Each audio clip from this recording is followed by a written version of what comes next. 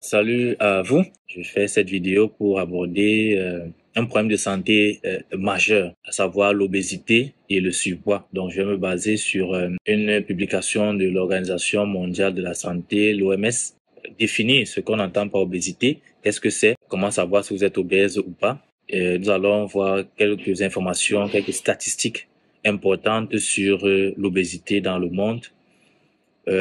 Par la suite, nous allons voir les principales causes d'obésité et de surpoids et les conséquences sur la santé. Et nous allons terminer la vidéo avec quelques mesures pour réduire la charge de surpoids et d'obésité. Donc, commençons donc par qu'est-ce qu'on entend par obésité, qu'est-ce qu'on entend par surpoids. Il faut dire que le surpoids et l'obésité se définissent comme une accumulation anormale et excessive de graisse corporelle qui peut nuire à la santé. Donc, notre corps est constitué donc de ces différentes, ce qu'on appelle les macromolécules, ces différentes molécules, à savoir les lipides, les protéines, les glucides.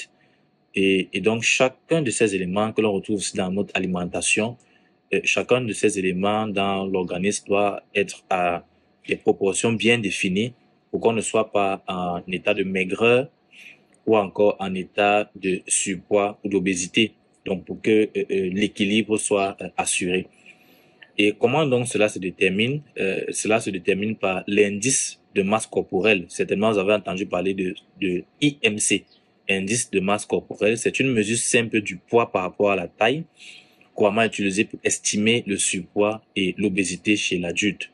Donc, cela correspond au poids divisé par le carré de la taille et ça s'exprime en kilogrammes par mètre carré. Donc, pour déterminer votre IMC, vous faites simplement, vous prenez votre poids en kilogrammes. Par exemple, si vous faites 75 kilos, 50 kilos, 100 kilos, 85 kilos, vous prenez ce poids. Vous prenez donc votre taille en mètres, pas en centimètres.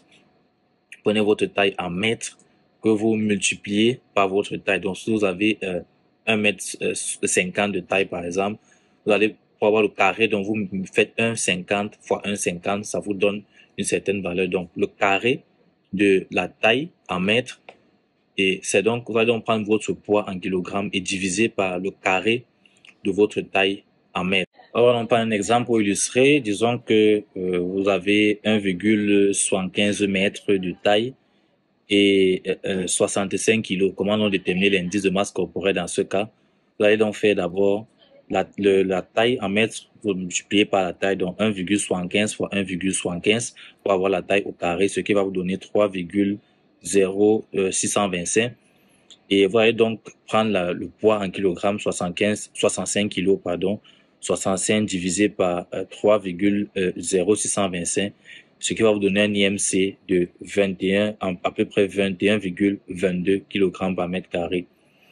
Donc, l'OMS fait comprendre que pour l'adulte, le surpoids est défini à partir d'un IMC de 25.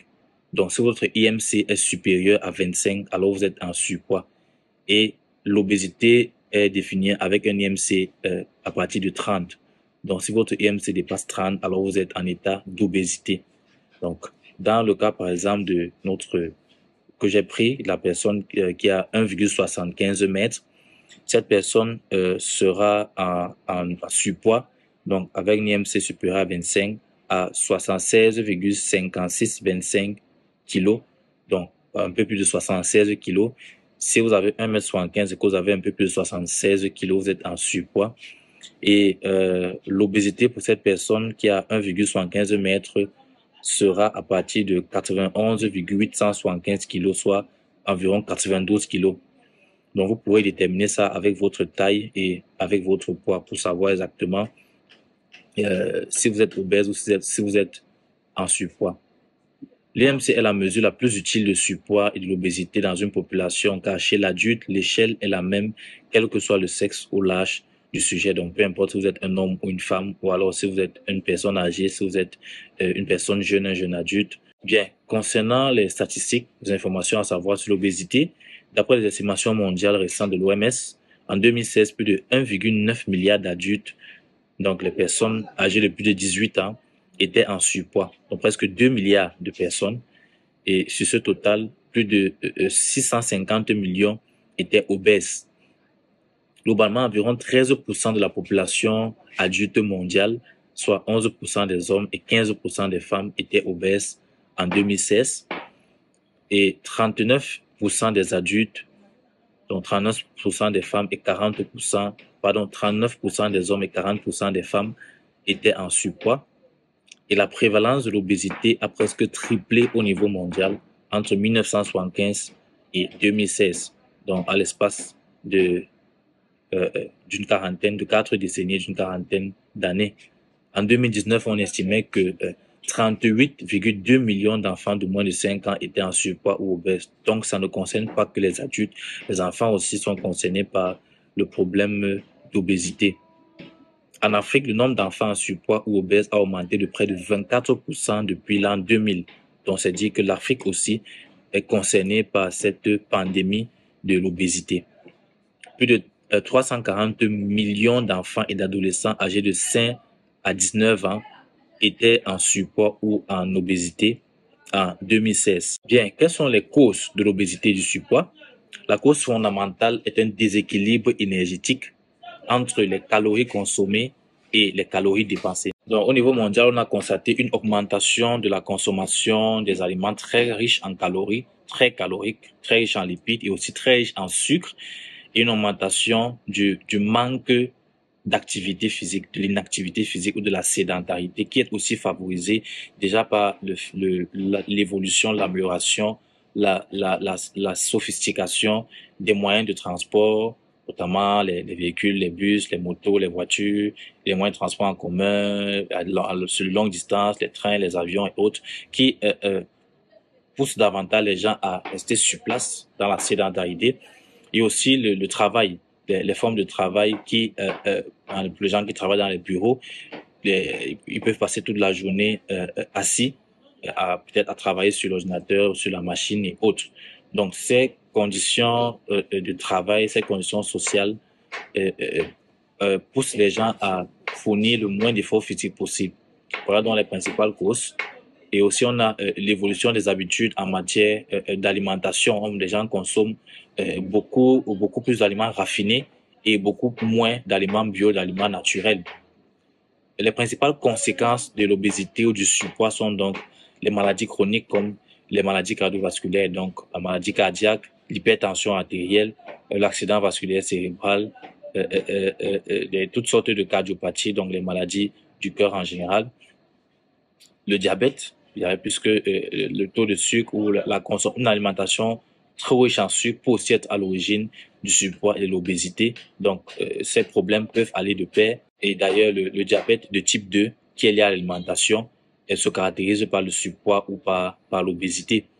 On peut aussi avoir les troubles musculo-squelettiques, donc des troubles des muscles ou surtout des os, des articulations, comme l'arthrose, qui est une maladie dégénérative des articulations qui détruit, donc qui ronge, qui dégénère les articulations. On peut avoir certains cancers. Oui, l'obésité peut être à l'origine de certains cancers, tels que le cancer du foie, le cancer de la vésicule biliaire, le cancer du rein, le cancer du côlon, le cancer du sein, le cancer de la prostate, le cancer des ovaires, le cancer de l'endomètre. Vous l'aurez compris, les principales recommandations de l'OMS pour pouvoir éviter ou prévenir le surpoids, l'obésité, c'est justement de revoir ou d'améliorer son alimentation et son style de vie.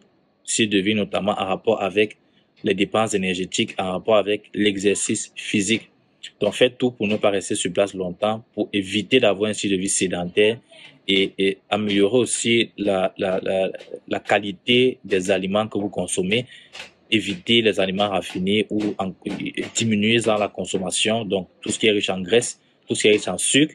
Et lorsqu'on parle de sucre, on voit notamment les boissons, les sodas, les boissons gazeuses, les pâtisseries aussi, qui sont très riches en graisse et en sucre, les fritures, et autres. Donc, tout ce qui est gras, tout ce qui est trop sucré, tout ce qui est trop salé, il est préférable d'en diminuer la consommation, de privilégier plutôt les aliments d'origine naturelle, les légumes, les fruits, les céréales complètes, notamment les noix, et de pratiquer une activité physique régulière de 150 minutes au moins par semaine pour les adultes. Merci d'avoir regardé cette vidéo et merci de liker, de partager pour améliorer la sensibilisation et pour encourager le travail que je fais.